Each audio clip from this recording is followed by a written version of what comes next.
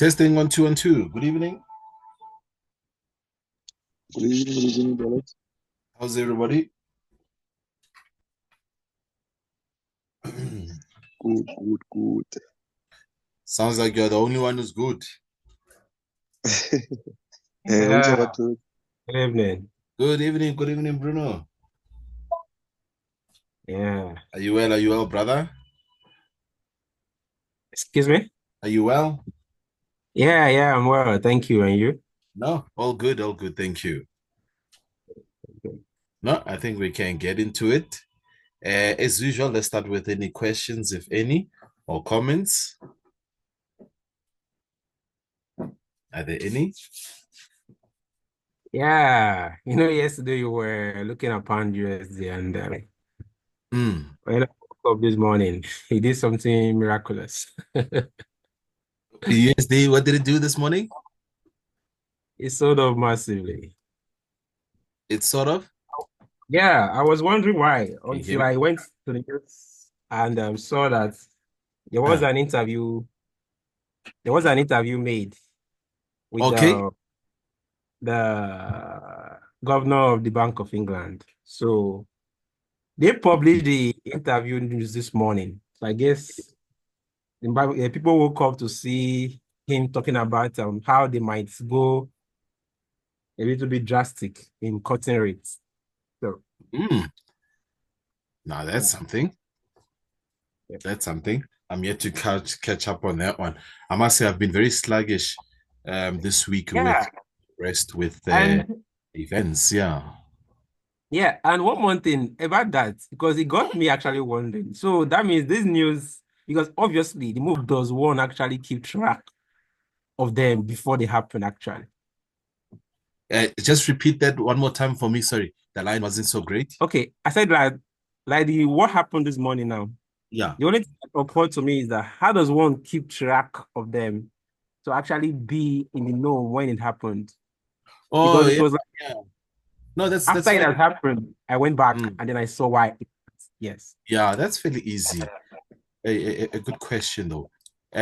Your economic calendar. I remember one of the things that you have on your checklist is check your economic calendar for scheduled events, right? So on your Forex Factory or Trading Economics, that would be scheduled. If not, it will pop up anyway So on the it calendar. it wasn't scheduled. It was an interview they did, and then they published it in the Guardian paper this morning. It wasn't even a live interview. They did the So interview. I mean, with the connection, um, too many things open. Basically, that's what it's saying. Okay, let me just close my Google. Let me close my Google Chrome on the other end. That could make things better so that the line becomes clear. Okay. All right. I think that's okay. Yeah. So sorry about that. So this wasn't a scheduled event. I can see definitely today's the third, nothing there. GBP. Yeah.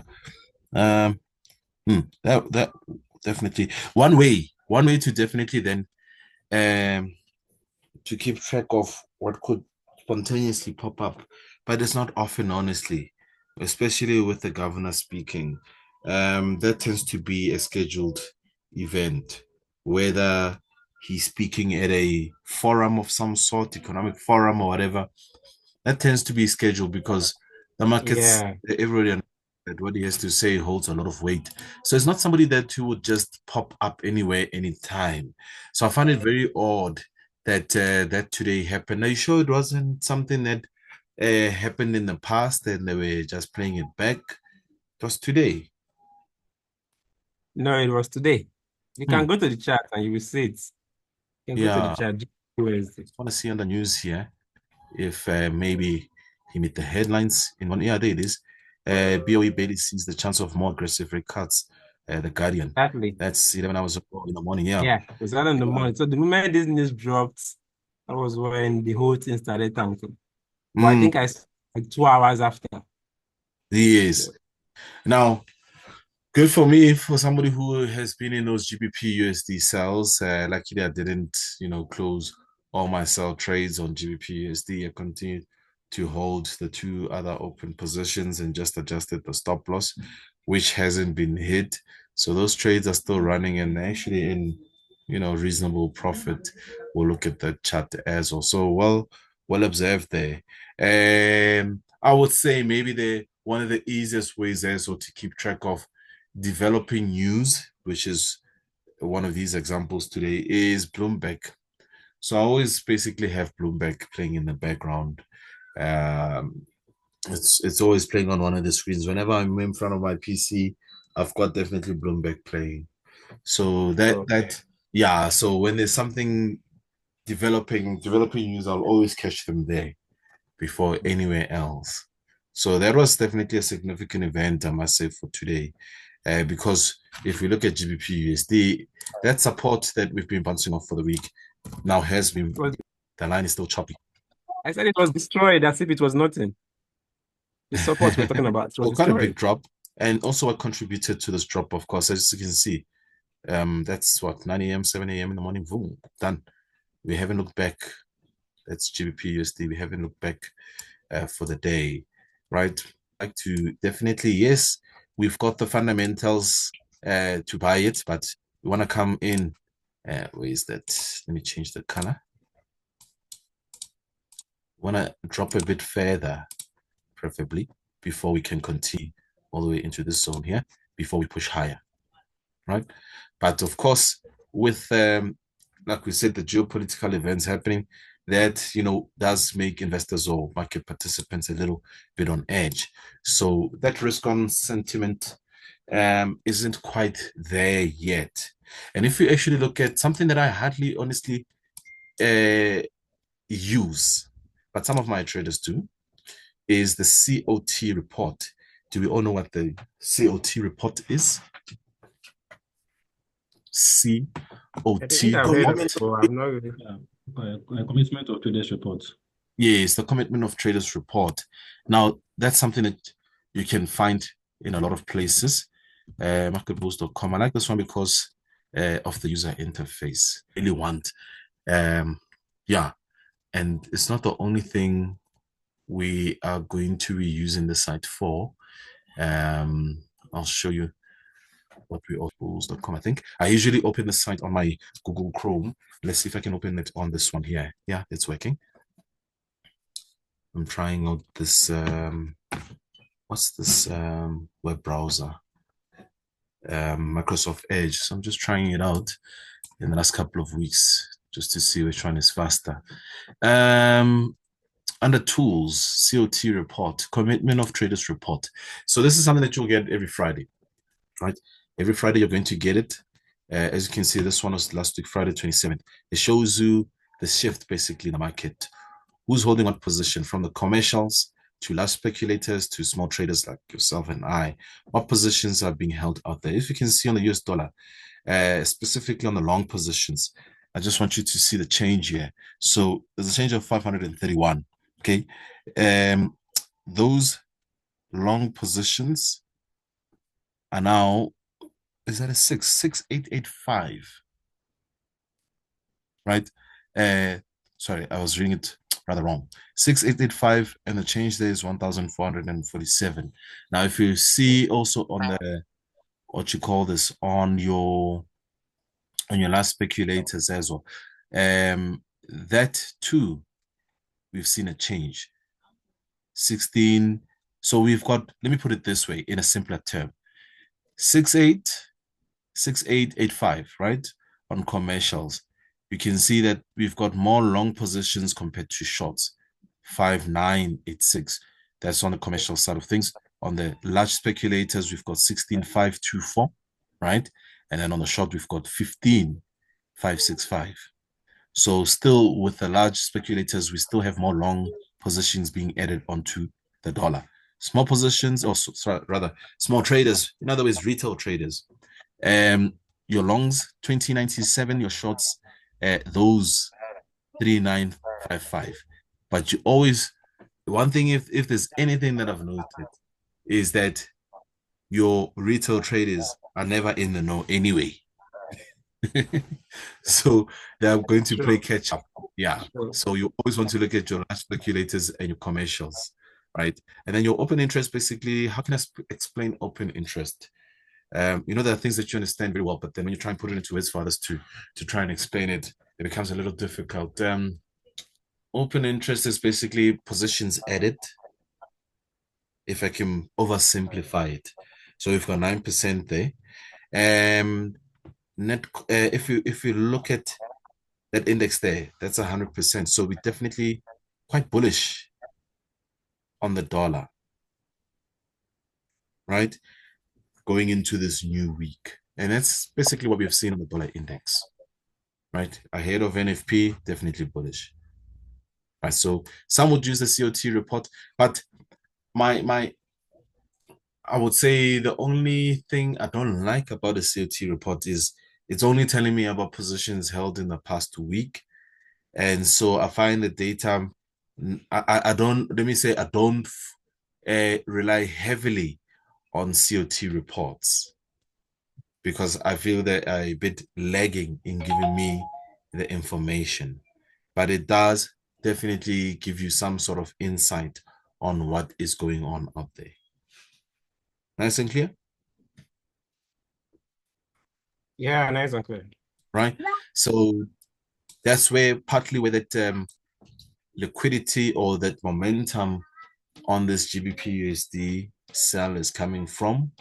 And not to mention, of course, the data that we've gotten today as well, keeping the dollar propped up, right? So yeah, well observed. Those are news that I was not aware of. I haven't opened any new positions today, basically. And I actually haven't really spent a lot of time in front of my PC. Otherwise, that's something that I would have definitely spotted very early on. So well done to you on that one. GBP USD definitely going to sell. And with the data that we got today, where is the calendar? Where is the calendar? Let's go there. I said we want to look at the ISM Services report. Unemployment claims is something that we get weekly. That's not, for me, it's not data that's going to really play a big role in my in formulating my bias. Let me put it that way, right? Because this is data that comes out weekly. Of course, it's going to have a lot of volatility. This week may be less, next week might be higher, next week might be less. You get the point. But you can look at the unemployment claims. You can look at this. You can look at them this way. Let me show you. There's a cleaner way to see those unemployment claims. Unemployment.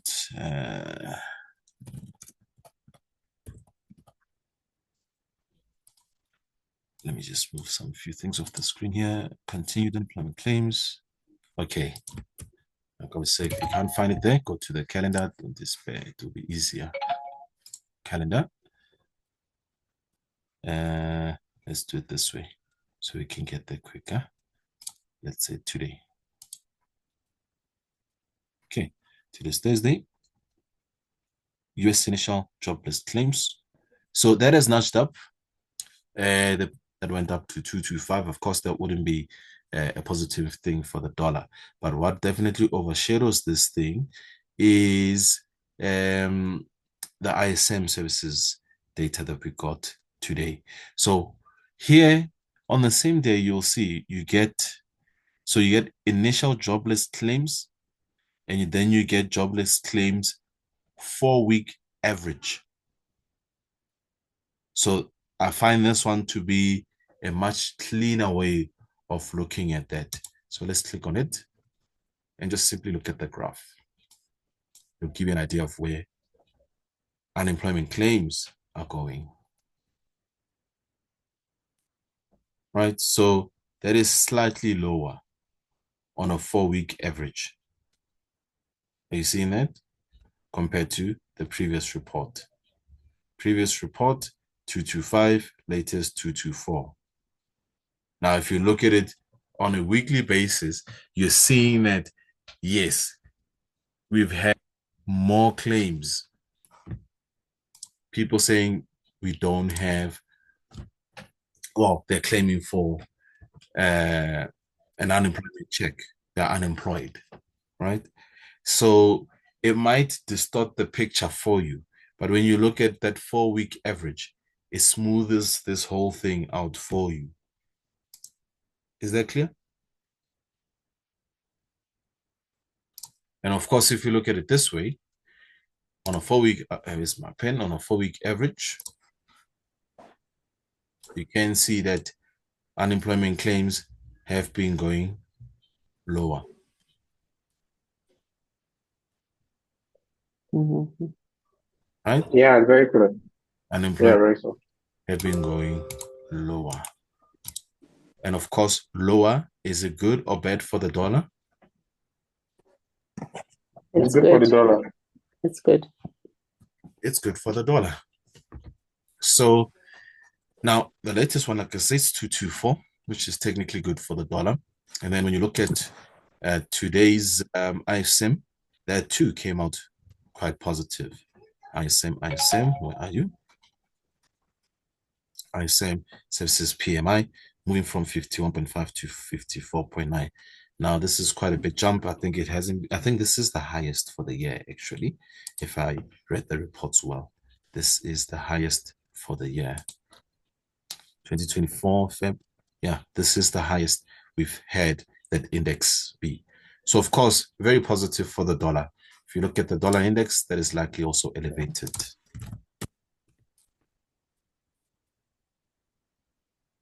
So overall, this data now gives us an idea of how NFP might play out. So for anybody who has been in those GU-EU cells, as you can see for the day, what time frame about 1, 2 hours? Let's look at 30 minutes so we can find it easier. Second, third, where are you? Third. We've been relatively bullish with the last few doing some sort of role reversal, likely to push up. Any question? All good? Is it clear? Yeah. So definitely there's a high probability that NFP data tomorrow, much anticipated data, is going to come out positive. But like I say, it's not a crystal ball. We have seen instances where we get completely surprised and it comes out even lower, right? Now, everybody's concern is with NFP in the last 3 NFPs, I would say, is the BLS, the Bureau of Labor Statistics, have been getting it wrong. They've been underreporting on labor data. Are you aware? They've been underreporting on labor data. Now, some have taken it as far as suggesting that this could be politically motivated, that they underreport on the loss of the labor force, right?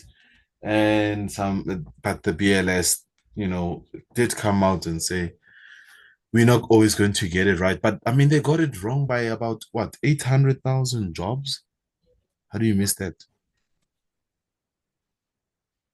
Right? 800,000 jobs. They had to make that adjustment and say, oh shucks, actually, we actually the labor force is actually cooling way much faster than we initially thought. We missed it by 800,000. 800,000. So that's quite a lot of jobs. So I think everybody's questioning the credibility now of the BLS, the Bureau of Labor Statistics. But let's see what data they give us in tomorrow's NFP.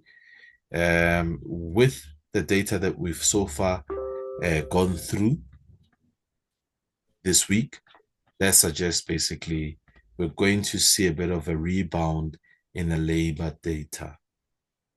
In other words, we might see a continuation of dollar bulls, right? In other words, GBP, USD, Euro USD, which are the ones that we've been looking at, those are likely to continue to the downside before they find their feet or support to continue buying. Right? Now, with all this data that we've been getting this week, also suggested, or rather has dampened the hopes of further bigger interest rate cuts, right? Because after 4 years, they started with 50 basis points. So they set the tone. And a lot of market participants and traders are thinking, oh, maybe we might just get another big one for what month are we in? For October. But with this data, this labor data that shows a rebound, then it takes away that sentiment or that hope that we might get another big interest rate cut. If anything, we are on a 25 basis point cut probability, maybe.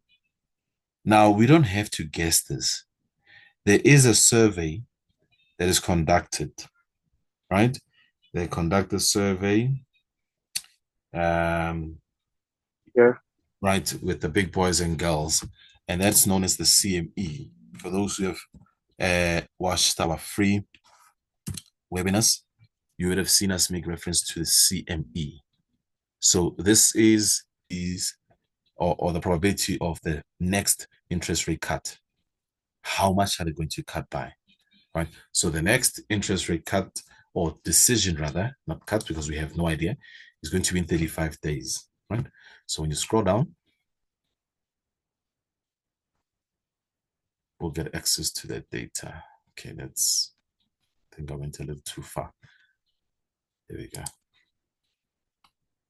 So this is the probability as it stands. This changes basically on a day-to-day basis. Okay, currently, let's see, 66% are saying, what are we on right now? We are on 5 point, okay, let's go up, 5.5. 5%. No, 5%, right? 5%. So this might be confusing for you. Like I said, somebody mentioned it yesterday. I said there's always a range, 4.5 to 4.75, right? That is the current rate that we are sitting on is 475 to 500. This is what we're sitting on right now. So no one is expecting those interest rates to stay unchanged. Are you following? No one is expecting that interest rate to stay unchanged.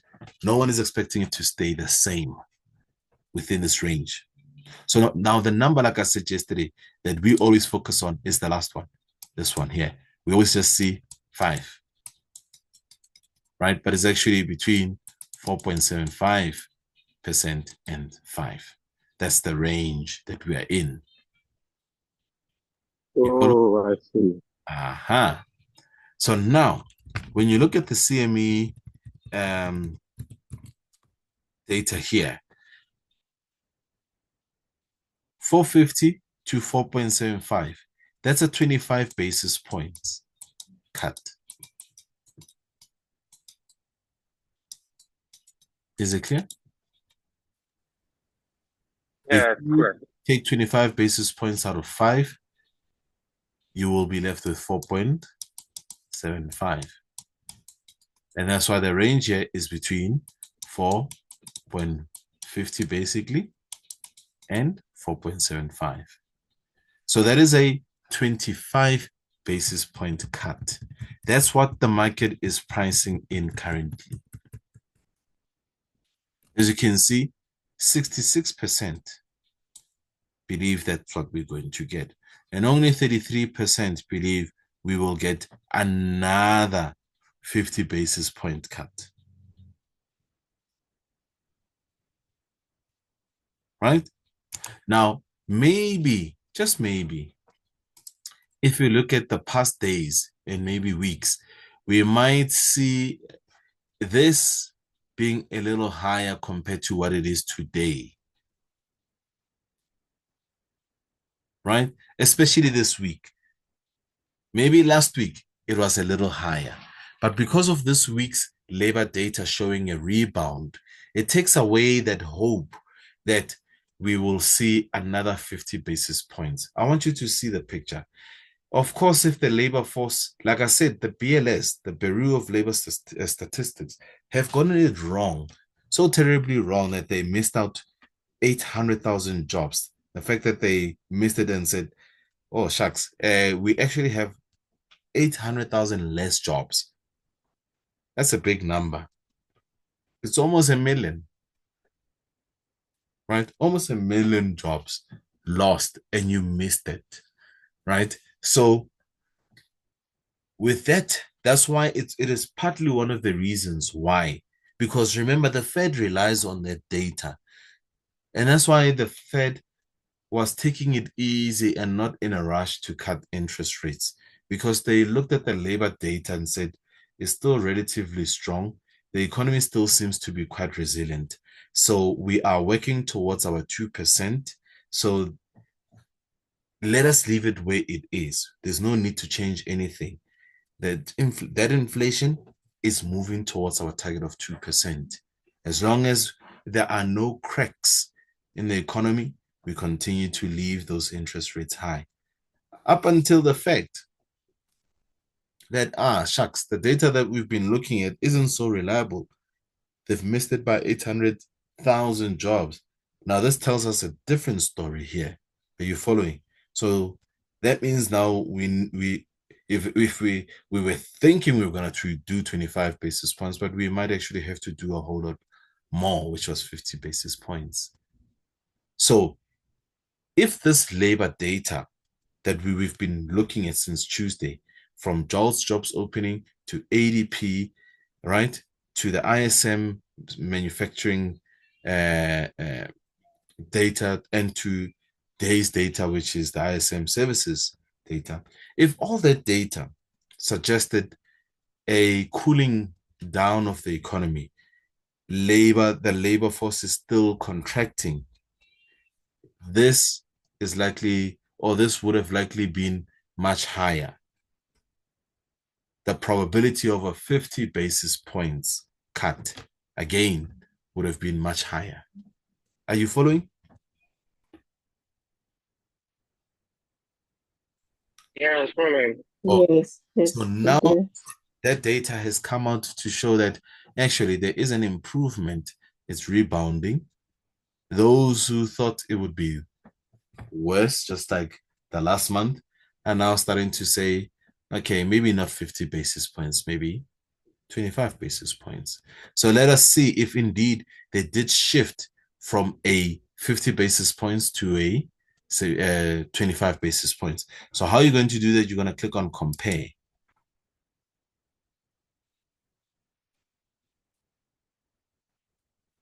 Is it working? Let's click on it one more time. There we go. And you can definitely see there has been a shift. So let's see. What's this thing saying on my side? All right. So this was 1 day ago. It was higher at 35. This was a week ago at 49%. Proves my point. There it is. Any question?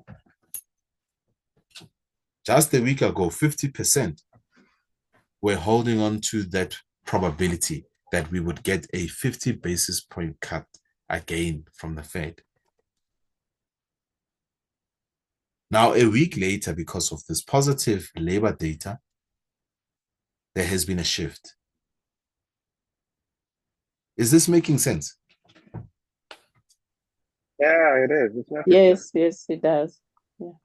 Okay. You know, on the last week, we don't want to get a question like, what is a PIP? What is a PIP? Right? So that's why I want to make sure that we're all on the same page. If you don't know what a PIP is right now, let me know. So we get it out the way, right? That would be a disaster. So don't hide in the back. If there's anything you don't understand, let me know, right? So that is the shift I'm talking about, right? So interest rate for the next, well, the upcoming one, which will be 7th November. A lot of people are saying, if anything, we're looking for, well, currently as it stands, 25 basis points. Now, between now and the 7th of November, a lot can happen. A lot can happen. As you can see, a lot has happened within a week, just based on the data. Just based on this labor data this week, a lot has happened. We've shifted from a 50, 49.3 to 33. Right? So a lot can happen within a week. A week is a very long time in the markets, I guess. Right? So we are still going to get CPI data. We're still going to get GDP data. We're still going to get a whole lot of data that might shift this. There might be a whole lot more geopolitical events that might move this as well. Okay. All righty. No question? Or maybe stronger. I beg your pardon? I said there might be a news that could either make it worse or make it stronger. Be more in Yes, favor of the dollar. exactly. Whatever the data is or the news events might make the dollar stronger or weaker. As a trader, we have to be adaptive and not fall in love with our trade ideas. We need to adapt and be able to switch and change accordingly. Righty? So I want us to look at that ISM data. Like we said, it's the highest it has been for this year. This is one of the reasons that is something that is playing into those interest rate projections for the 7th of November. But now, remember I said yesterday, you don't want to just simply look at it at face value like this.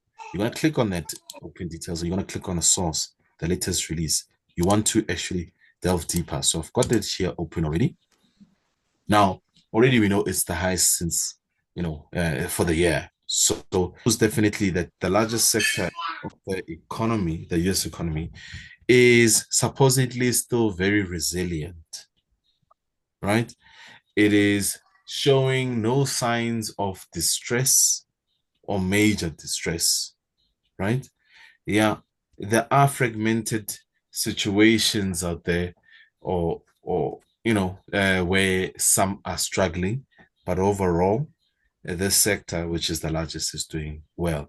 Yes, we've seen that manufacturing is struggling a bit, but services, which is the largest, is still doing well.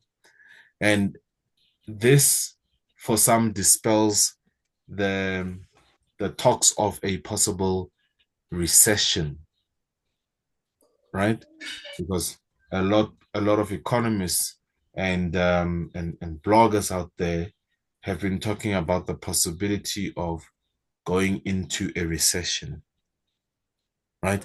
And there is data that they are looking at, which is data that I look at as well, and I'll make it available to you as well, which suggests that the US isn't clear of a possible recession, right? It's not clear of a possible recession. And anyway, whenever you are about to go into a recession, in most cases, you have a nice peak, a nice high before all things come crumbling down. So, yes, they are not quite in the clear, but according to the data that we work with, everything still seems okay. The business activity index at 59.9, quite healthy. New orders index at 59.4. Employment index at 48.1. That's also not too bad. It's not too far off from a 50% mark that we spoke about yesterday. Now, where do I want to start with this one? All right, let's start here, I guess. The report was issued today by Steve Miller, the chair of the institute. In September, the services PMI registered 54.9, a 3.4% points higher than August. That's quite a big jump, right? Figure August was 51.5. The reading in September marked the seventh time the composite index has been in expansion territory this year, right? So it has, how can I say, it's moments. So out of, we are on the 10th month, but overall, it means only 3 months we went into a contraction for the year. Does that make sense? Please, is it possible the person can mute because The mic they're open. getting feedback. So let's mute, guys. Okay, let me see if I can on my end. There we go. Done. Sorry about that. All right. So is it clear that we are on the 10th month, and out of these 10 months, 7 months has been in expansionary territory and only 3. So it's relatively doing well, if anything. Are you following? Yes. Guys? Yes, expert. Yes. You're not convincing, but I shall continue. Right? The business activity index registered 59.9% in September, which is 6.6% points higher than the 53.3% recorded in August, indicating a third month of expansion after a contraction in June. The new orders index expanded as well to 59.4% in September, a 6.4% points higher than August figures of 53%. The employment index contracted for the first time in 3 months. Remember yesterday I said we want to figure out what's going on with the labor force and the services. So this has contracted for the first time in 3 months. The reading of 58.1% is a 2.1% decrease compared to the 50.2% recorded in August. So this then becomes a little tricky. Who remembers the employment under manufacturing yesterday? Was it up or down? It was down. It was down. Yeah. It was down, right? So we've got definitely that sector cooling off, the labor sector. Overall, everything is okay, but they have definitely lost jobs, 2.1% to be precise. So this does definitely leave a question mark, right? This definitely does leave a question mark. But overall, the dollar has received this news of the overall report quite positively, because we've seen quite a big expansion, right? We've seen quite at 54.9, which is the highest for the year. But employment has come down by 2.5%. So don't be surprised tomorrow if all this data that has been showing a rebound, all of a sudden tomorrow, NFP doesn't look so good. You follow? What you want to work with is Yes. that is Yes. to work with data We that do. makes sense, right? That is, in correlation with each other, right? You want to see ADP, jobs opening, labor under the manufacturing, labor under services, all telling you the same thing. Then you have the highest probability setup, right? Yeah, sure. Tuesday, Wednesday, we got the impression that it's rebounding. The technical picture was in alignment. We've managed to catch those GU cells EU, okay? And we continue to ride them thanks to, of course, Governor Bailey also under the UK, making some comments of further interest rate cuts, bringing more weakness into the pound, right?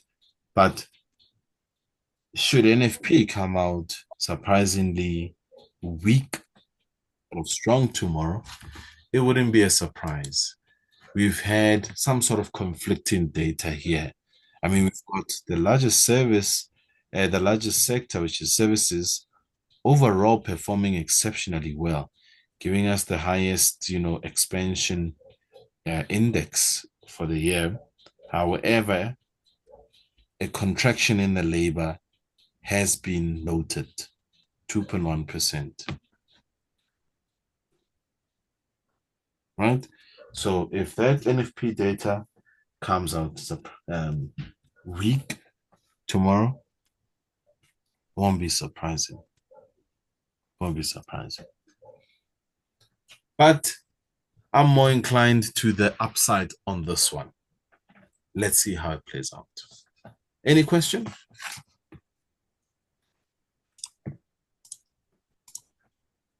Okay, let's move on. Now, were we able to read those reports?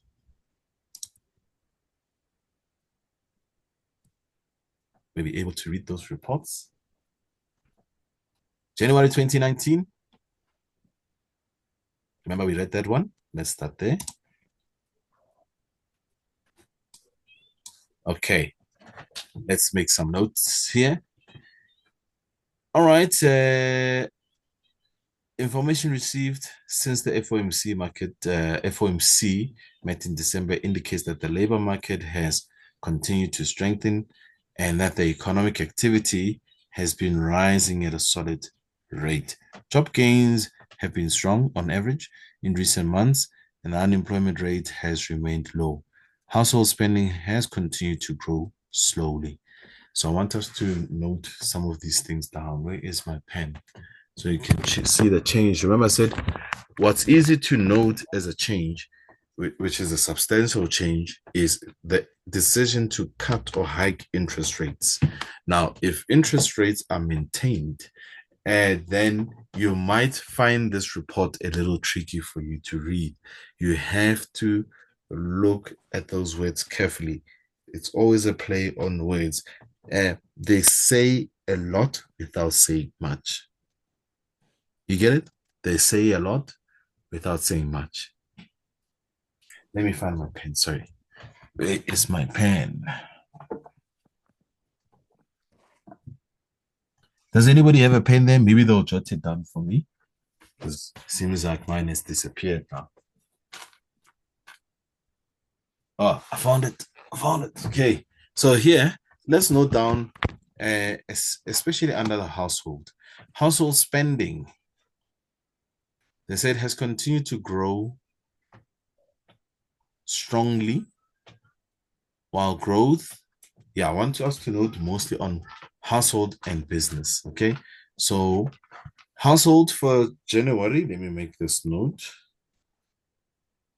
January, they say household spending is strong. Is that what it's saying? Household spending continue to grow. Household spending continues to grow strongly. Okay. What are they saying about business? While growth of business fixed investment has moderated from its rapid pace earlier. So what does that mean for us?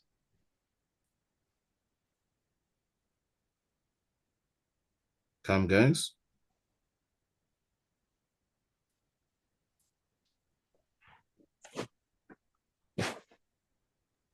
Does it mean business is not doing so well? Yeah, I guess to a certain degree. You're quite correct. Yeah. Things are slowing down, right? Anything that moderates, right? Business fixed investment, moderated from a rapid pace. I'm just going to jot that down. So this is what I want you to do in the last 2 days. Right? So in other words, it's slowing down. Sharp.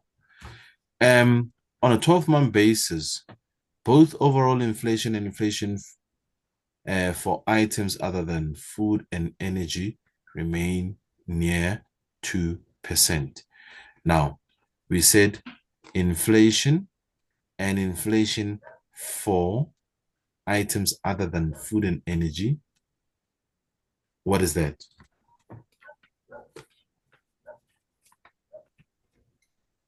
What's PPI? CPI, right? So they're talking about CPI and core CPI. And what are they saying about it in relation to their 2%? Near 2%. It is near 2%. It is near 2%. I mean, like 1.75 there, but I beg your pardon? when it could be around 1.75 there about. Yes. Right, thereabout, right? It remains near 2. Is it above? Mm-hmm. Right? Although market-based measures of inflation compensation have moved lower in recent months, survey-based measures of longer-term inflation expectations are little changed. Remember, I said we're going to talk about, or I'll show you how to find those inflation expectations. Consistent with the statutory mandate, the committee seeks to foster, we already know what their dual mandate is. It's maximum employment and price stability, which is inflation. In support of these goals, the committee decided to maintain the target range for their federal funds rate, which is their interest rate, to 2.25% and 2.5%. So I'm going to write the current interest rate on this one. This is all for January. So we are in between 2.25% and 2.5%. Okay, we've got this down. Sharp. Right. So they've made a note that household is still fine, continues to grow strongly. However, on the business side of things, there has been a slowdown taking place. Are we all on the same page about the first month of January, of 2019? And we understand what the interest rate was. Okay. I'm going to move along with speed. Do let me know if there's anything you don't understand. March, let's search.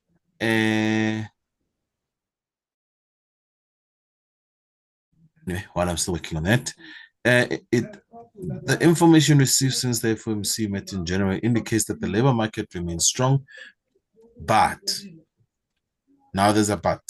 There was no but earlier. Noted? But growth economic activity has slowed from its solid rate. Let's note that down. So this is when? March. So this is what? 3 months later? Yeah. Let's jot it down. This is how you keep track of monetary policy. Either you memorize it like I do because I see it all the time and becomes part of my medulla oblongata, I guess, or formulate some sort of system for yourself and jot down these facts that you can revisit. Yeah. So what are they saying about the economy?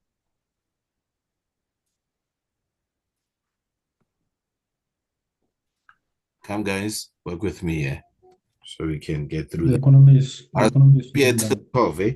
I've got nothing else to do, I guess, tomorrow. It's slow, man. It's slow. Economic growth has slowed down. Economic growth has slowed down. All right, that's the first thing to note. Economic growth has slowed. Growth of economic activity has slowed from its solid rate in the fourth quarter. Now, what quarter are they talking about in the fourth quarter? Because this is March in a new year. We're talking about October, November, December of what year? 2018. Previous year. Thank you. Payroll employment was little changed in February, but job gains have been solid on average in recent months, and the unemployment rate has remained low, right? So the labor force seems to be rather stable. Recent indicators point to slower growth of household spending. You see, what did they say in January? In January, they said household spending continues to grow strongly. Now they're noting something. There's a change in the economy. Recent indicators point to slower growth. Let me just jot it down.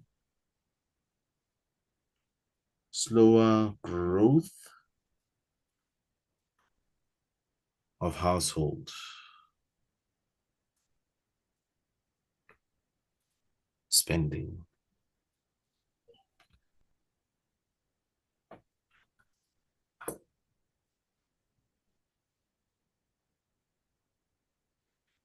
Now, name one indicator, because I say recent indicators point to slower growth of household spending. What one indicator would help you with that measure?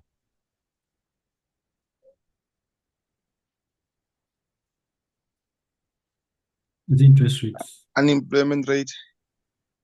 Nope. The Interest unemployment rate, everything is still okay, right? Nobody's losing jobs drastically. Nothing out of the ordinary. But household spending is slowing. Not interest rates. It's not interest rates, definitely. Okay. It's not interest rates.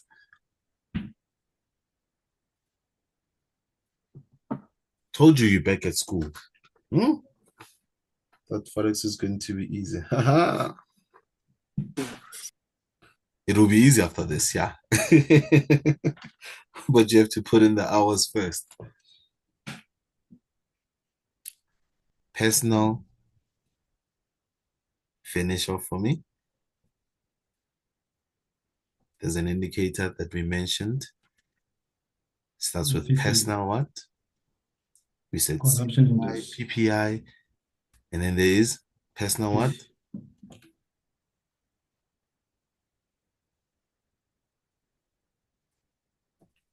Let me show you.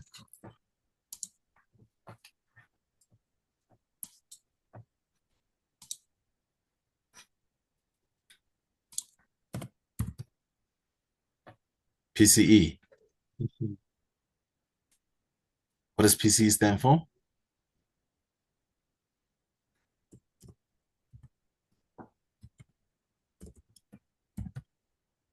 Personal consumption. Personal consumption.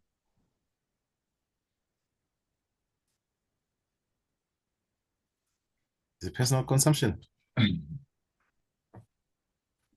Yes, personal consumption expenditures. Exactly. Right? I want you to Google if you're not sure what personal consumption expenditure index is. Personal consumption expenditure. That is one indicator that they will use to measure household spending. It's a pity I can't get it here. Don't know what's going on. But are you with me? Are we all on the same page? I want to Yeah. Yes, sir. Okay. Let's move on. And business fixed investment in the first. Oh, okay. Recent indicators point to a slower growth of household spending and business investment. Now, in January, they said household is fine, but they were noting a slow in the business investment. Under business, let's just say under business, that was slowing down. Now it's for both. It's for both household and business.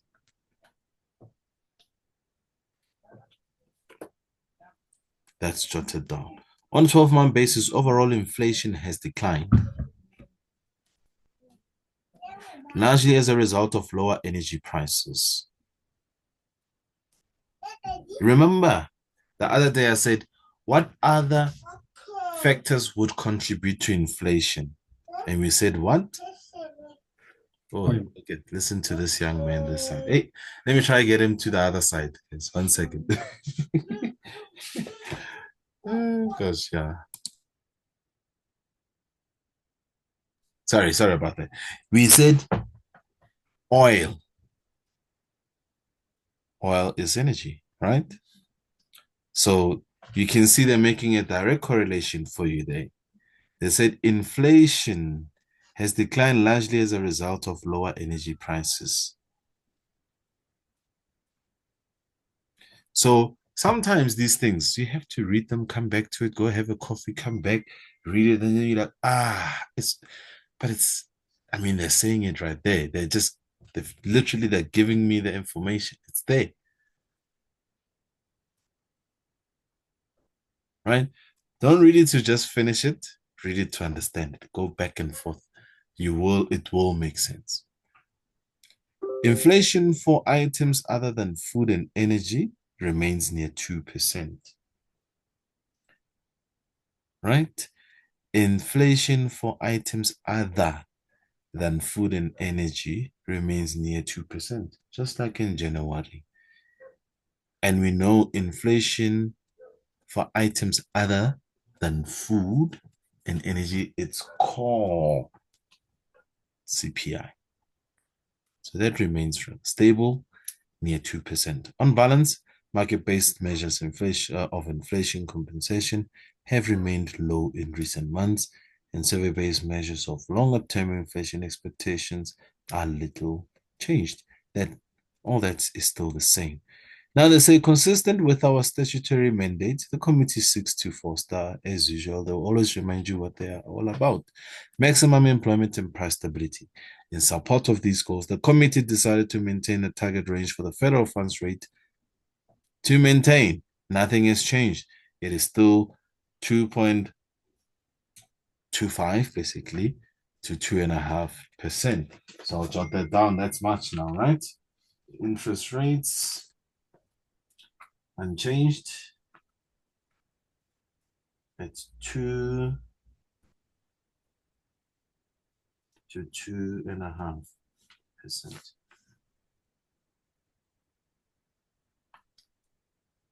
That's unchanged. Now, if there's anything that we can learn from the two reports, January to March, is that, or rather, let me see if you've noted the difference. What is that? What is the difference between the one for January and March? The interest rate remained the same. That hasn't changed. But what has changed in the economy? What difference or what change have they noted about the economy?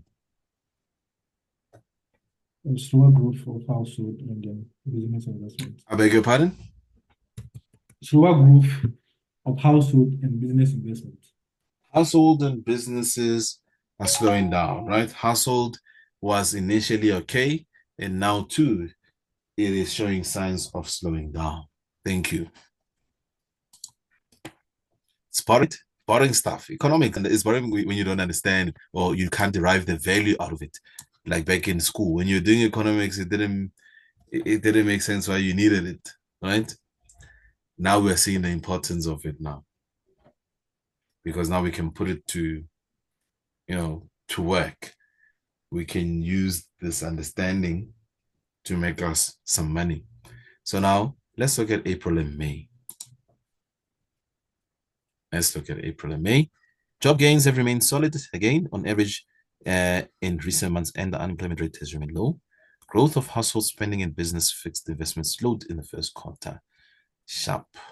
Now, I mean, don't get it confused. They're not talking about October, November, December of 2018. Now they're talking about the first quarter of 2019. Are you following? Are you following? Yes or no? Are you lost? Remember, not so long ago, they mentioned a quarter, but it was very early on in the year. So they were talking about the previous year, the last quarter, October, November, December. This is May. January, February, March. First quarter. That's the first quarter that they're talking about now. That is the first quarter that they're making reference to, right? First quarter of 2019. January, February, March. On two Sorry. basis, overall inflation and inflation for items Hello. other than food. And yeah, is there a question there? Yes. Does it mean this report is one or the other like a lagging indicator? Not. Yeah. Well, I would to a certain degree say it's lagging because you are. I mean, they are making mention. I mean, they would. Every month, of course, we're getting some sort of you know data so we can keep track of the economy. But I would say yes to a certain degree. What they're telling us is something that we likely already know. Now, how can we know that the first quarter was not so great? GDP is going to tell us that. And GDP by its nature is a lagging indicator. So you have to ask the question then is, what are the components of GDP? What makes up GDP? Because then you will see, oh, okay, all the data comes out actually way before GDP.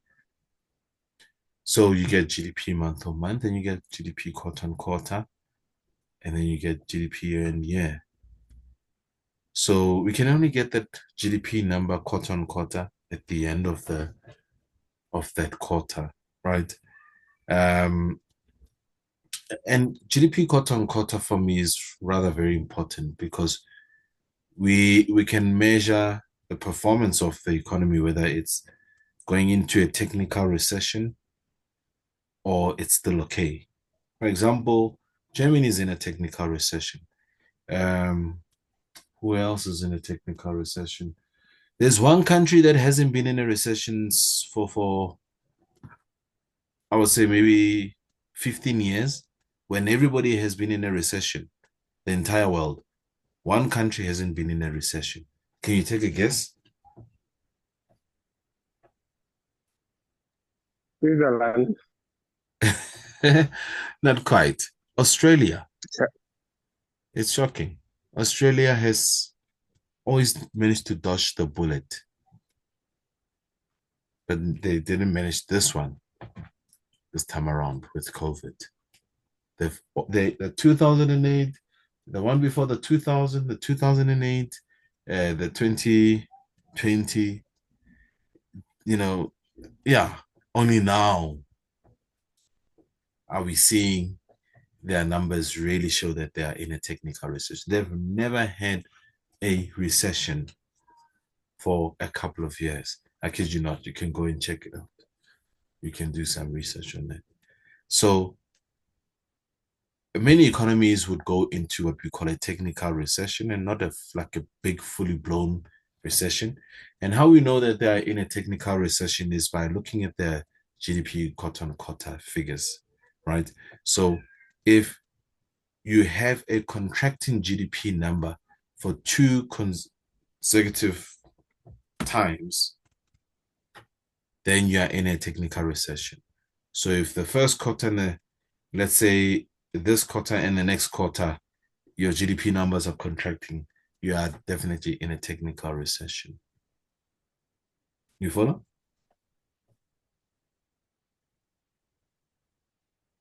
Does that make sense? For example, January, February, March, if that number comes down, and then April, May, June, that number also comes down. This is quarter on quarter. Those numbers contracting, you are in a technical recession as an economy. Okay. Right? And that starts to spook a lot of people to say, hey, what's going on there?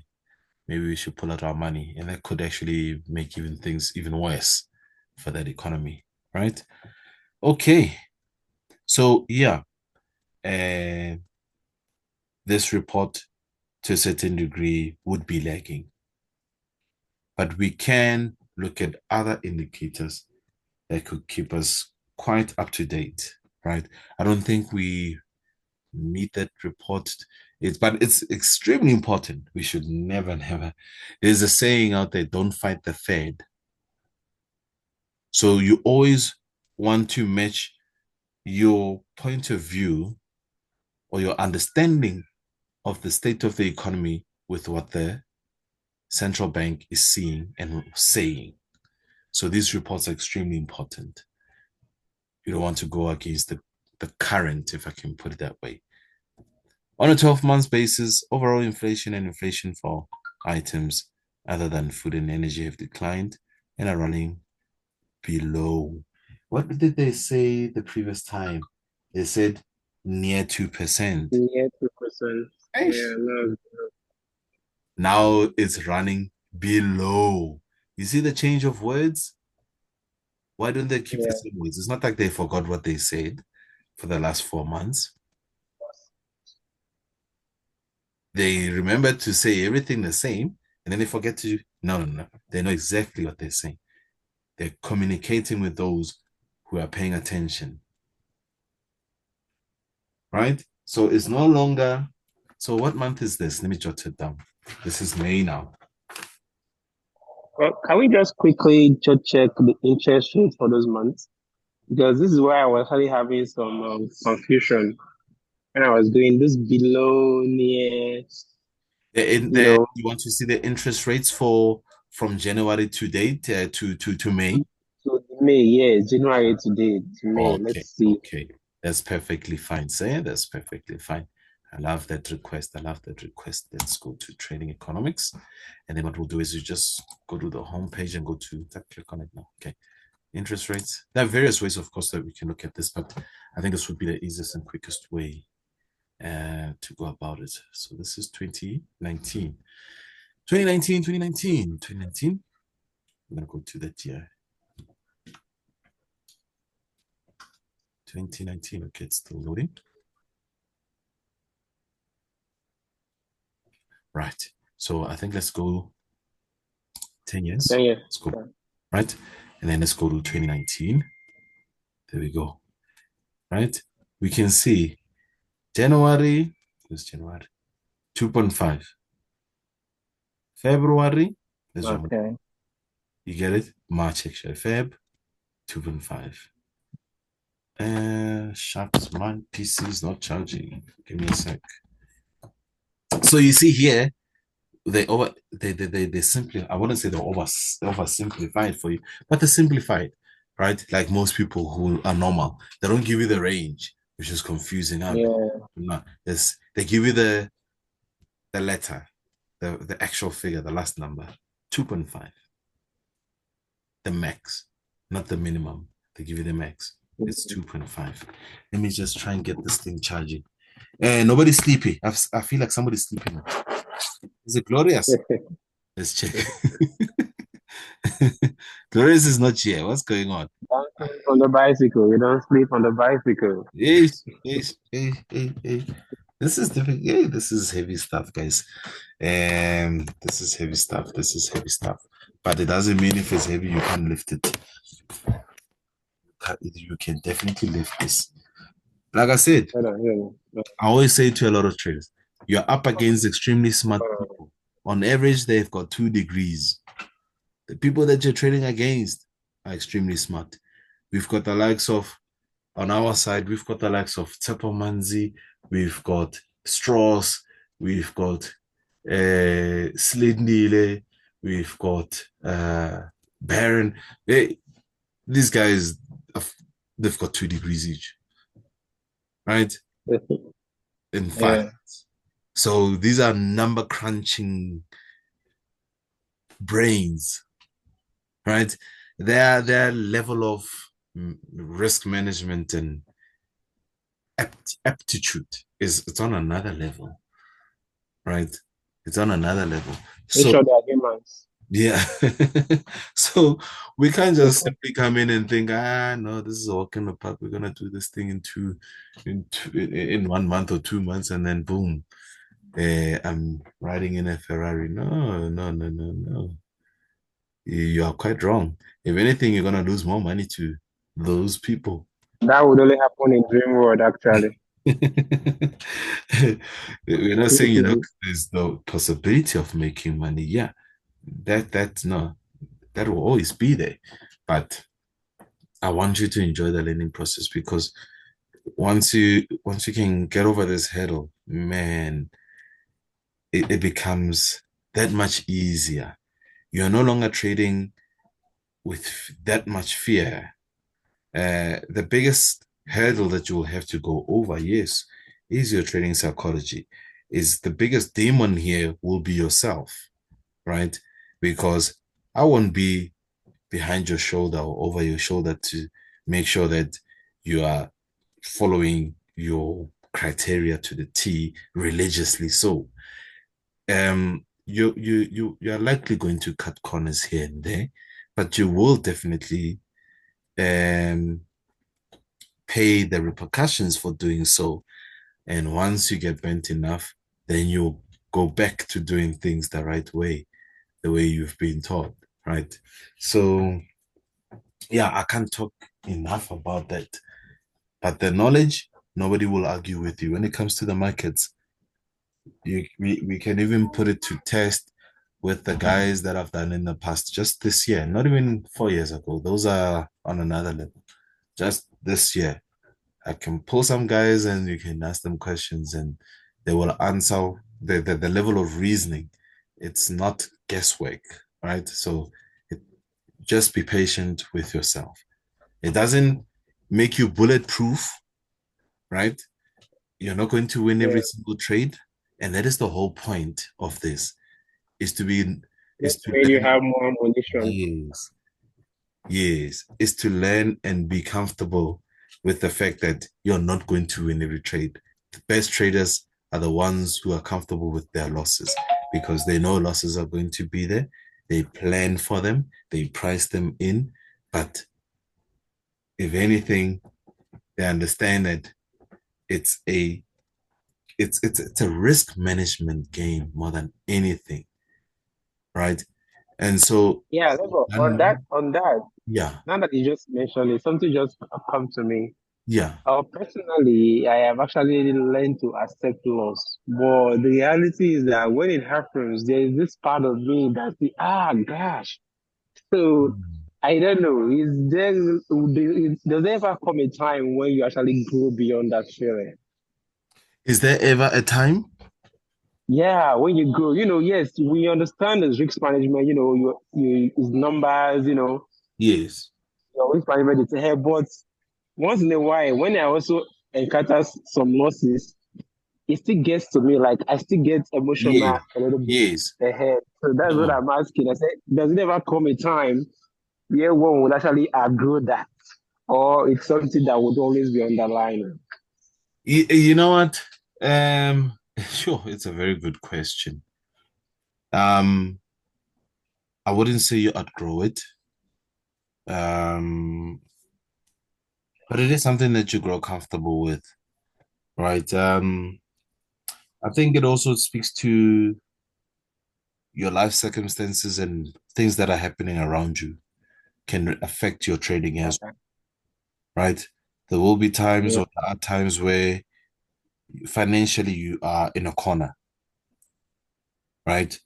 And you become hypersensitive to losses that you know are inevitable, right? You become hypersensitive to them. You just hit the nail with the hammer on Yeah, the head. it's like yes, it's I really need to be moving in this direction and look at this month where it's taking me. And also another thing, it's a good thing that you asked me this because I haven't mentioned this.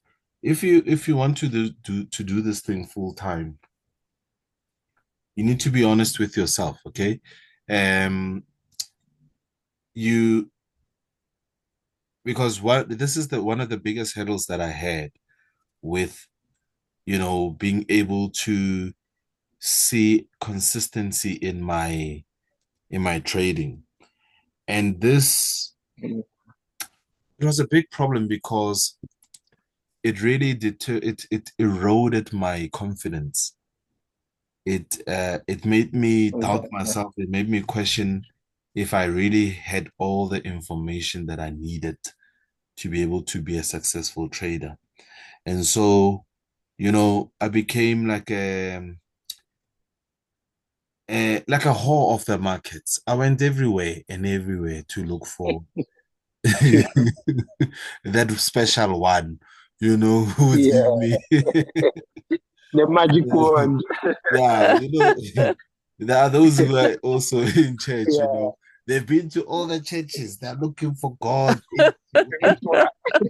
goes You to know, Israel. Oh my God, I don't die.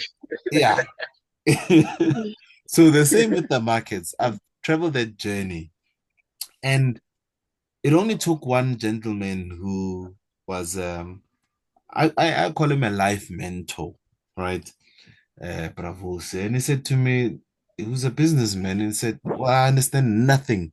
He said to me, I understand nothing about this trading thing of yours, but I mean, if there's anything, it's a business, and in business you need to understand that there's going to be losses and there's going to be profits, and so you have to treat it as a business. This is him saying to me, he's getting the sense that I'm gambling, right? So I don't have a disciplined approach.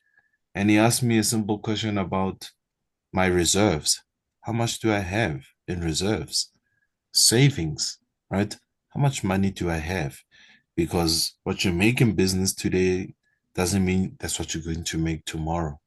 So you need to have ample reserves to take you through the months that are, seasonally dry, like any other business. There are seasons where maybe what you're selling isn't in such demand. So how are you gonna pay the rents? How are you gonna pay your employees? How are you gonna, all of that stuff? You need to have reserves. And said, so that's what's frustrating you, Lebo, right? Because you keep leaving your job, and then 2, 3 months later, you're in trouble. You're looking for the job again, right? Then you're back at it. You just don't. You can't afford to venture out on your own. You don't have enough. You don't. So everything that you do has got such a high element of emotions involved in it that you're not approaching your business in a very logical manner where you have calculated risks, where when it doesn't make financial sense, you would really be able to identify it quickly and walk away from it or make changes to save the business, right? So I went back and I said, oh, shucks. So that means I must go back to work and I must really stick it out. And if anything, I need to have at least about 6 months worth of my salary, right? Before I can go and do this thing full time again. Because what I make in my salary per month, I am expecting to make it in my trading. And it's a business. It's not going to give me that.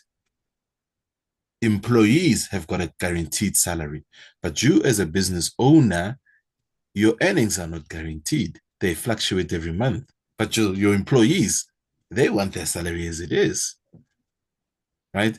So I'm taking this employee mindset and I'm trying to apply it to my trading to say, I need to have $3,000 every month consistently. Minimum, I need to have $3,000. And that's not going to work. The market doesn't care about my projections and my budgets, and it doesn't work that way, right? Because I'm not going to see or enjoy the best trade setups day in and day out, every month, every year. It doesn't work that way. So I had to then change my thinking and just completely change how I saw things. And so I put up those savings, and then it became way less stressful when I started trading. As a matter of fact, this is what happened.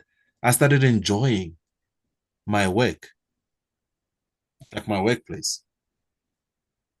I initially thought I was going to leave, and then I couldn't be bothered by the politics. So I realized actually, when you have money, you're not concerned about what's going on. Who said what to who at work and who's trying to backstab you? Because you don't care if you get kicked out anytime. Oh, well, doesn't matter to you, right? Yeah.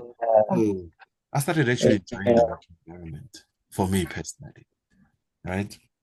And when I eventually left, I traded with less emotional stress. I didn't force myself to trade every day, right? Because you can't trade every day because you're not going to find high probability setups that are obvious to you every day. So normally what happens is because you need to get to X amount of money at the end of the month, you're stressed, you want to open that PC, you must execute a trade, and you're executing low quality trades and you continue to lose more money. And when you lose more money and you're thinking, shucks, but I've got a daily target of $100 or $200. Now I've just lost. I was at $200 for the day. Now it's 8 p.m. South African time where I'm supposed to be relaxing. I've lost all those gains and some of my capital. Now I'm sitting at an, I've lost 30%. Sorry, I've lost $30. You can't get away from the screen now because you want to make what you just made for the day. You want to cover, number one, the loss of $30 and make your profits back. So that's revenge trading. It becomes a roller coaster of a disaster, if I can put it that way. Right? So when you have those savings, you trade much more mechanically, if I can put it that way. Right? You're not that hypersensitive to losses. Yeah, you don't force yourself to trade every day because you're not going to see those setups anyway every day. So for me, a week can go by and it's not a problem. I might be sitting and watching on the sidelines, just waiting for something that is really obvious, something that ticks all my boxes in my entry criteria, right? So if that takes a week, hey, that's what it is. It's not a problem, right? And of course, my spending habits also needed to change. I don't wear Gucci. I don't wear Louis Vuitton. I'm not about that. So I don't have to impress anybody. All the basics are covered. 3 kids, all going to school. Everything is sorted. Just went to another school right now. All my kids are going to private schools. I'm not bragging, but that's what it is. They're all going to a Saint something, right? So for me, that's what it is. Yeah.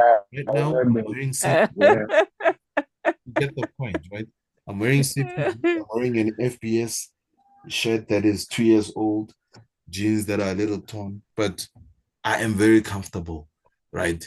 That's the life that I chose, so that I don't find myself in a situation where I'm spending way more than I'm making. Yeah, because I've been there anyway, right? I've been there. So it's not about that anymore for me.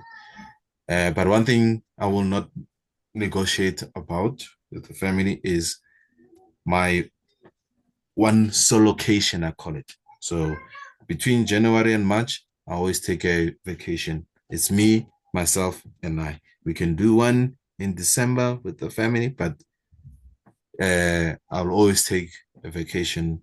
That's to thank me, this body that wakes up, right? Call it whatever, but this is the body that wakes up.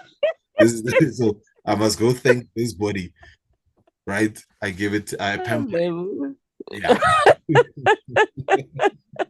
Hey, so yeah, let me not too much, but it was a fantastic question because I really needed to give you insight into a bit of my personal Yeah. view. It was, but honestly, you don't know the depth of what you just said just now. I think I can confidently say that if I don't even get any other thing from this whole program, and it's just this, it's worth being here, honestly. Thank you, Like, sir. you just hit the nail with the hammer. No. Thank you. I really appreciate that. I appreciate it. I appreciate it. Thank you. Right. Yeah. Thank you very much. Thank you very much, sir. So as we can see, the interest rates stay the same. Hey, where's this mouse going now? Okay. January, February, March, we can see that June is still the same. That cut happens when? Is it July, right? Oh, July, August. July, August, we get a cut somewhere, but we'll see it in The our cuts are supposedly happened in May. That's why I said we should come here to check. Because in May 1st, that was the reports we were reading. But as you can see here, the code here was still showing 2.5. So because when I was going through it, that was where it got me confused. Okay. Hold on. Let's see. So May, because this is May, right? Yeah, May. This is May. Okay. May. It's still the same in May. No cut. Right? They maintain the target range for the federal funds rate at 2.25 and 2.5. So it's still the same. If anything, the cut probably comes. That first paragraph, they said are running below 2%. Oh yes, the what you call this, the inflation. Yeah, we've noted that in May they say running below 2%. Where is it again? Let's go back. We just saw it earlier. Yeah, inflation running below 2%. Right? This is May. I wanna jot that down. May. Now they say inflation for items other than food and energy, which is our core CPI, is running below 2%. I'm writing it down, core CPI. Now there's a change in the wording there, running below 2%. It's quite important. So it's something that they're noting. It's something clearly of a concern. And that's why they're putting it there. Right? Consistent. Okay, so but they still keep okay, growth of household spending and fixed investment slowed in the first quarter. That's something that I also forgot to jot down. So household and business still slowing, basically. Household and business. Something is burning on the other side. Some household and business slowing. And yeah, so we've got those two major points, but the interest rates remain the same at 2.5%, right? So that's May. So already with these type of reports, ladies and gents, right, you start to position yourself for what type of action. You're already thinking, hang on, if the economy is slowing down, if the Fed is mentioning it, then something is not, it's not all right. Excuse me, clearly. So the likelihood of the Fed cutting interest rates start to grow. You follow? So we start to expect, and look at the articles and what the economists, what would they be saying at that particular time. They would be mentioning the Fed needs to cut interest rates. Like there's a likelihood also that the government, but I'm looking for the word that they would use. It's not government. What's the word that they use? I forget. But let's say government also would start, mentioning that, or pressuring the Fed to lower interest rates, right? So there would be those talks already starting to come about. Okay, job gains are still solid. This is now June. This is now halfway through the year. Job gains are still solid. The unemployment rate still remains low, although growth of household spending appears to have picked up from earlier in the year. Indicators of business fixed investment have been soft. So since we get some sort of a divergence yet again, so household seems to pick up, right? But then business is still a little soft. Now it's June, right? It's June. June, July, August. It's going to make sense. Remember, somebody said, explain the seasonality thing. Explain the seasonality thing. And I'll do it in the new week, right? It's got to do with seasonality. Okay. On a 12-month basis, overall inflation and inflation for items other than food and energy are running below 2% yet again, right? So this report is very much the same as the one for May, with the only change which is notable that there is a divergence now between business and household. Household seems to rebound a bit and business is still struggling, right? The interest rate is unchanged yet again. The committee continues to view sustained expansion of economic activity, strong labor market conditions, and inflation near committee symmetric. Okay, blah, blah. We've already seen this before, right? To understand what the objective is. Let me see something here. Oh, yeah, I almost, okay, here, fine. They say the committee continues to view sustained expansion of economic activity, strong labor market conditions, and inflation near the committee's symmetric 2% objective as the most likely outcomes. But uncertainties about this outlook have increased. In light of these uncertainties and muted inflation pressures, the committee will closely monitor the implications of incoming information for the economic outlook and will act as appropriate to sustain expansion with a strong labor market and inflation near its symmetric 2. This is very important. This is very, very, very, very, very important. So the economic outlook is uncertain. Seems unclear, right? So there is definitely a genuine concern about the pace of the economy. And they make mention or they make use of words of expansion to sustain expansion. So clearly, it's not expanding, it's contracting. We're all on the same page with this one, right? It's quite, because if you look at this report, it's slightly longer than the ones we've been reading. Right? In determining the timing and size of future adjustments to target range of the federal funds rate, the committee will assess realizing expected economic conditions relative to its maximum employment objectives and symmetric 2% inflation objectives. The assessment will take into account a wide range of information. We already know that one. Okay, sharp. But quite interesting that they make mention of a uncertain economic outlook. This is June. June, July. Bear with me. We have to go through this painful process. Okay.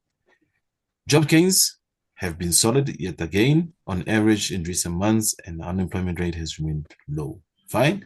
Although growth, now they're saying although, okay. Although growth of household spending has picked up from earlier in the year. This is what? July. Remember I said June, July, August. Seasonality. Okay, let's put it there. Let me give you one piece of the seasonality so you can have a good weekend. June, July, August for us in the Southern Hemisphere, Africans. What's the weather like? June, July, August.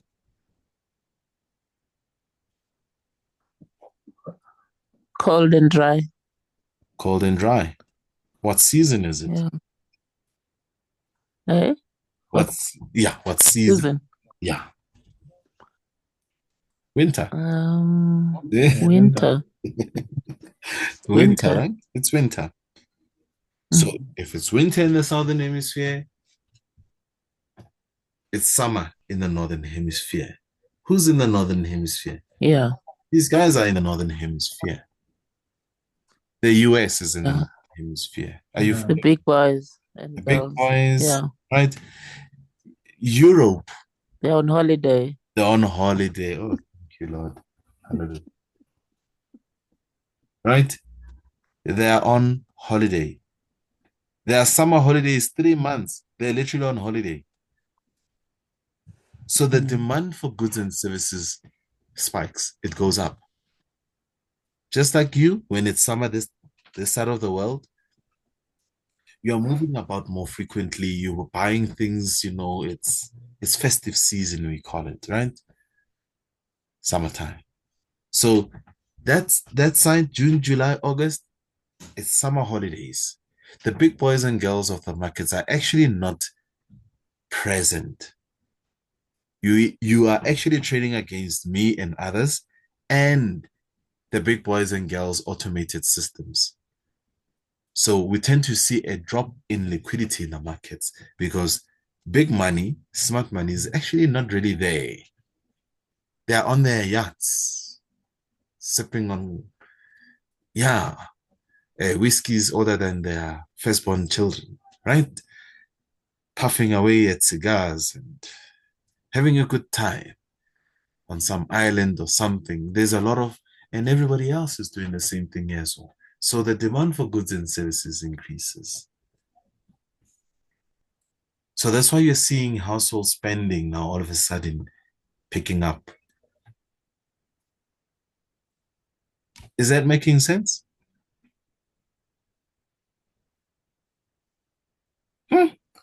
Was it too deep? Yes, it does. Think about it. So now, if the demands for goods and services increase, and remember, the US is a services-oriented economy, hotels, all these things falls under services, restaurants, all that stuff. The businesses, is booming June, July, August. And so are other services. These companies are largely represented on the stock market. How do you think the stock market is going to fare? How do you think it's going to perform? Your Nasdaq, your Dow Jones, and S&P 500.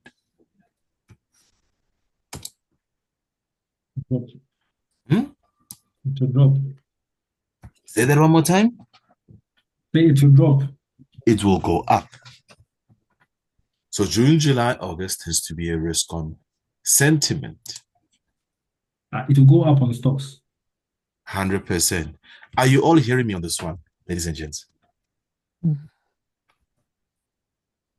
Yeah. I'm asking, please. Yeah.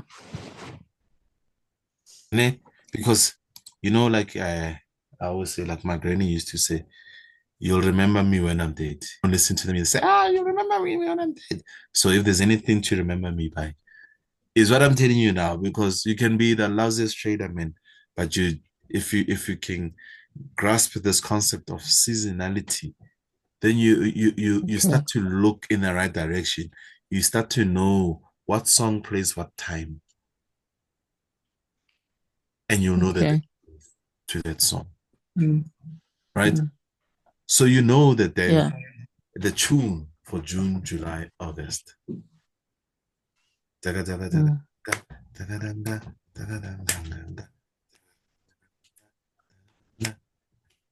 Huh? You all know who that is. Right? Okay. So I don't think you're hearing me. Hey, like the pastor says in church, hey, when this side is quiet, they move to the other side. I don't think you're hearing me. So, unfortunately, this is virtual, so I can't see who's hearing me or not hearing me. Let me show you that. Let's make it practical. Let's go to the daily. I think I still have my drawings for this thing. Hopefully, I think. Weekly. Yeah, I still have my drawings. Ooh, luckily. Okay. We said June, July, August. All right, fine. All right. June, July, August. June, July, August. This is what year? 2022. June, July, August. Let's look for 2023. May, June, July, fine. August wasn't the best. Right. Let's look for this year. June, July, August. You've seen how many years so far? 2023. You saw 2022, 2020, 2024, yeah. 2023, June, July. This is June. Hold on. April, May, fine. June, July, August. We peaked, right? Fine. That is 2022. Let's look at 2021. 2021, April, May, June. Where are you? Right? June, July, August. I mean, if I really have to see that where we start and we end off, it's bullish. June, July, August. Worst case scenario, it's just flat. June, July, August. June, July, August tends to be bullish. September, when the big boys and girls come back from holiday, bearish month. September, literally look at the last day, August, September, boom. September, September, boom. Right? The entire September is bearish. Looking for fair value to do October, November, December. I'm giving you too much now. I don't want your head to explode. Can I ask a question? June, July, August. Just grasp that one for now. June, July, August. Right? Can I ask a question? Yes, please. Questions I do love. Yes. Talking about quarters, from we have 12 months, and then every 3 months mark a quarter, right? So January, February, March, first quarter. Mm-hmm. Yeah. April, May, June. Yeah. Second quarter. July, August, September. Third quarter. Mm-hmm. Mm-hmm. But you are making a reference to June, July, August. Yeah. Which doesn't fall within the, I don't know if you get which doesn't fall within a quarter per se. Yeah. Right? Because it's January, February, March. That's Q1. April, May, June. That's Q2. Right? So here, we are not tying up our seasonal tendencies of the market to quarterly behavior. Okay. Right? June, July, August. Sure. Are you understanding what he's saying, guys? I don't think some are catching what you're saying. But yes. They must listen to this question. Yes. Thank you, ma'am. Right? January, February, March. It's Q1. That's the first quarter. April, May, June, Q2. But I'm saying June, July, August. So this tendency, this risk-on tendency doesn't specifically fall only in, let's say, Q2 or Q3. It's in between the end of Q2 and Q3.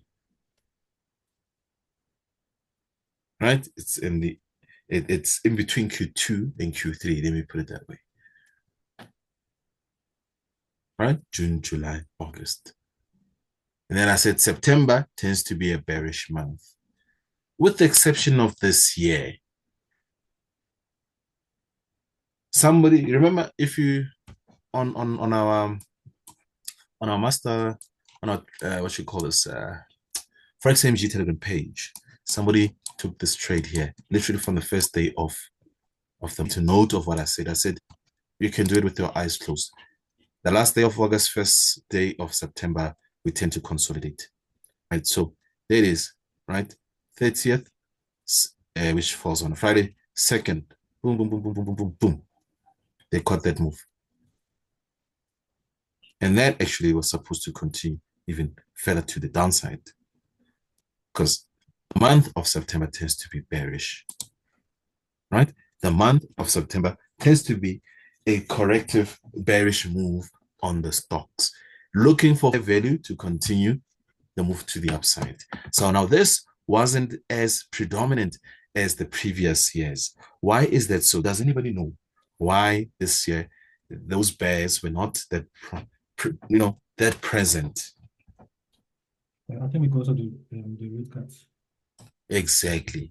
Because we had the biggest event coming up, which is rate cuts, which we haven't seen in 4 years. That's why you are spot on. You are spot on. That's why already on the 11th, everybody is now starting to speculate. There's things going around because 8 days, 7 days later, here we do get those interest rate cuts. So the market was basically pricing it in, right? So what's the time? Shall we continue? September. Hey, never mind. Nah, man, looking at the wrong thing. There we go. July. We haven't read this one, eh? Yeah. Have we? No, we haven't read this report. Job gains have been solid, yeah, sure, although growth of household spending has picked up from earlier in the year. Growth of business fixed investment has been soft. On a 12-month basis, overall inflation for items other than food and energy are running below 2%. They prefer, to maintain that copy and paste in the last couple of months, if you've noticed, running below 2%. Okay. And consistent with the statutory mandate, the committee seeks to foster maximum employment and price stability in light of the implications of global developments for the economic outlook, as well as muted inflation pressures. The committee decided, there we go, to lower the target range for the federal funds rate to 2 and 2.25%. In other words, what they brought it down by is by 25 basis points. So it moved from 2.5 to what? It moved from 2.5% to, anybody? 2.25. 2.25, thank you. This action supports the committee's view that sustained expansion of the economic activity. Am I reading this? This action supports the committee's view that sustained expansion of the economic activity, strong labor market conditions, and inflation near the committee's asymmetric 2% objective are the most likely outcomes. But uncertainties about the outlook remain, right? As the committee contemplates the future path of the target range for the federal funds rate, it will continue to monitor the implications of incoming information of the economic outlook. So we have this interest rate cut. And this is what month now? July. Right? We have this interest rate cut. So this is our first interest rate cut coming from 2.5, which was quite sustained. If you look here, right? We were in a hiking cycle for a couple of years. 2016, we were hiking, right? And I think we pretty much have an idea why they were hiking. They wouldn't hike if the economy wasn't doing well, right? They were slowing down. Remember, I said it's always they're trying to strike a balance, right? So they were likely hiking, but not so aggressive as you can see, hike. And then the economy started to maybe slow down too much, and then they started to cut. So we get the first 25 basis cut in 2019 of July of 2019. So for the sake of time, let's leave it here and we're going to continue, because this is not the only action that they take, or this is not the only monetary policy tool that they use, which is interest rates, to bring about economic expansion. I want you on Monday when we come, on Tuesday when we come back, please come back with what other tool did they use, because I expect you to read beyond July, right, to December. You will see that they continue to lower interest rates, but then they actually implement another monetary policy tool, which has been mentioned, which is in your PDF, basically. Any questions in closing, fellow traders?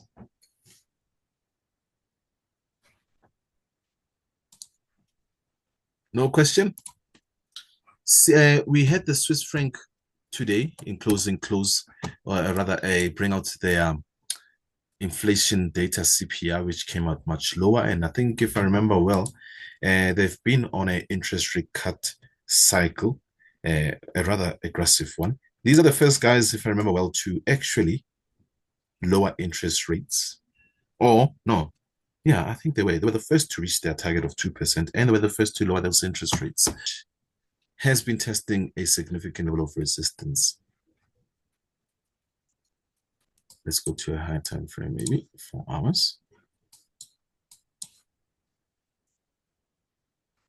You see that? We can even give this level more historical relevance by dragging it to the left, if I can. Do this. There we go. But it's so clearly, this region of price is to be taken lightly. Cycle that they maintain, and a wishy-washy, I say wishy-washy Bank of Japan, because they started off very strong with a very hawkish stance, a very strong hawkish stance that they're going to continue to hike, but now they're starting to see that it might not work out for them, right? And there's a lot of it's a story for another day, I guess, the Bank of Japan.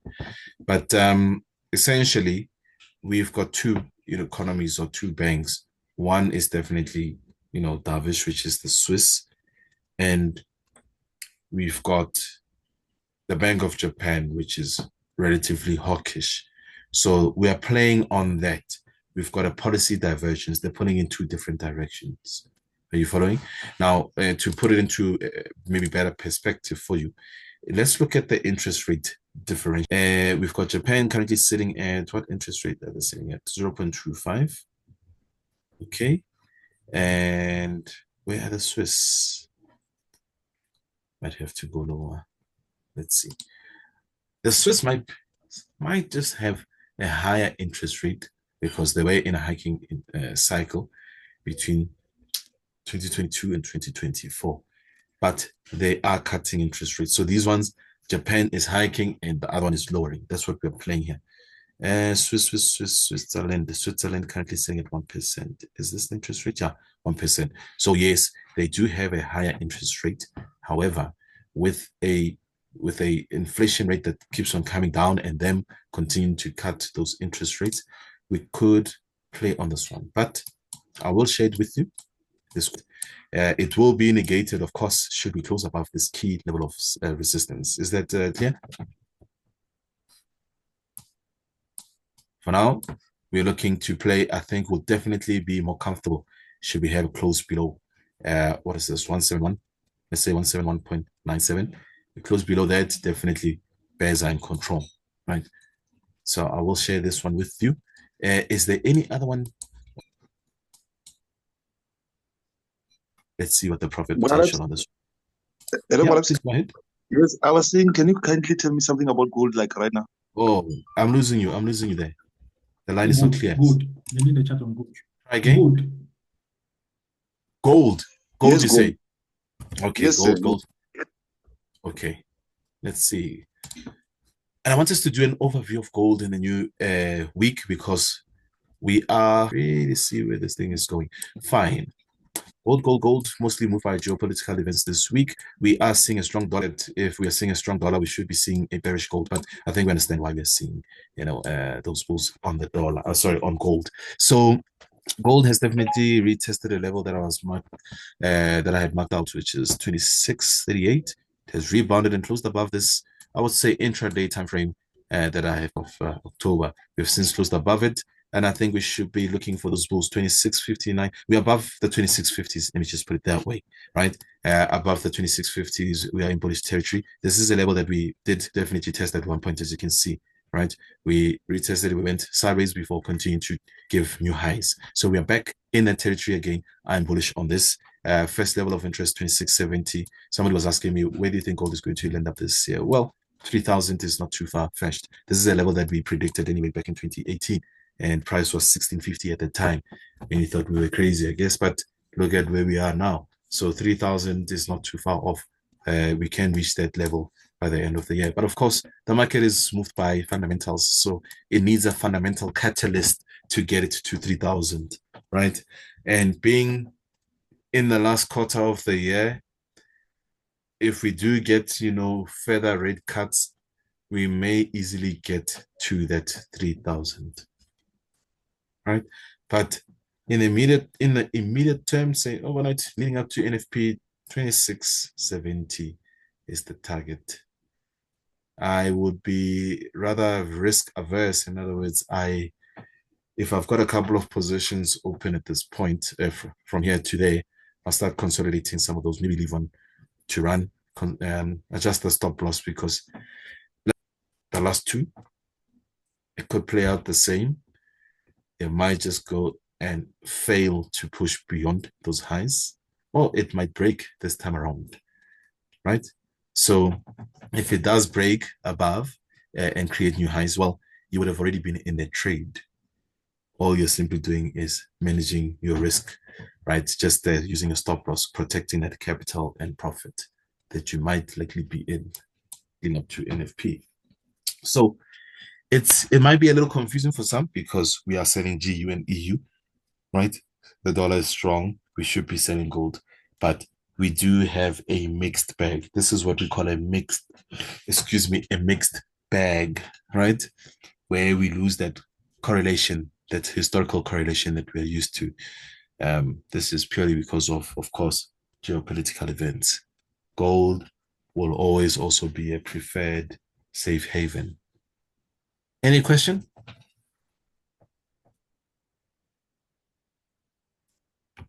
Okay, I think you got it. Thank you very much, traders. Thank you. Maybe you're asking. Thank you. Thank you. Do share your trade analysis on the group on any trade plan. That's something that I, of course, encourage. Feel free, guys, to share your analysis. It's not a popularity contest. It's, it helps, I guess, others to see something maybe that may have overlooked. We use those as talking points, right? Thank you very much. Thank you very much, traders. I'll see you in the new week. And if there's any question between now and then, you know where to find me. Share this. Share that. Thank you. Thank you. Yes, sir. Ask Chris, what are the indicators? Oh, yes, no, I'll send them to you. I'll send them. Ne? Okay. Yeah. Thank you very much. Thanks, my brother. Take care. Thank you.